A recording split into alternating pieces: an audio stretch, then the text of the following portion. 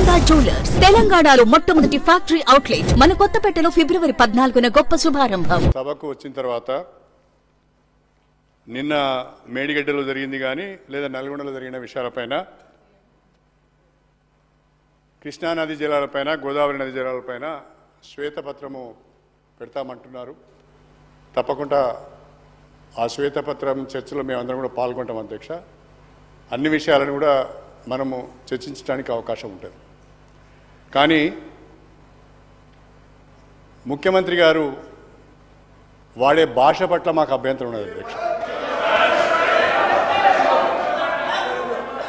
ఇప్పుడు ఇక్కడ అధ్యక్ష, నేను ముఖ్యమంత్రి గారికి ఒక చిన్న సూచన.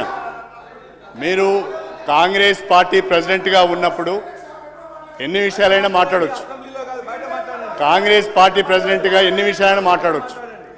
కానీ ముఖ్యమంత్రిగా, తెలంగాణ రాష్ట్రానికి ప్రతినిధిగా, తెలంగాణ ప్రజలకు ప్రతినిధిగా నిండు శాసనసభలో మీరే సహనం కోల్పోయి మీరే వాడరాని భాషను మాట్లాడితే మీరు ఒక ఎగ్జాంపుల్ను సెట్ చేసినట్టుగా భావించవలసి వస్తుంది.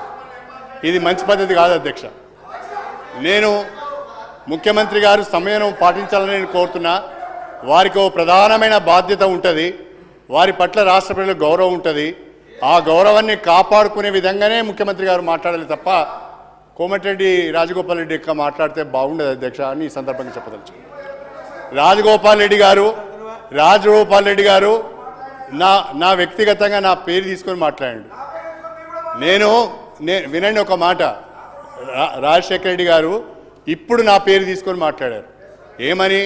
నేను ఎవరినో చీట్ చేశానని, నేను ఎవరికో మోసం చేశానని. అసలు కాంగ్రెస్ పార్టీకి చీడ పురుగు నువ్వు.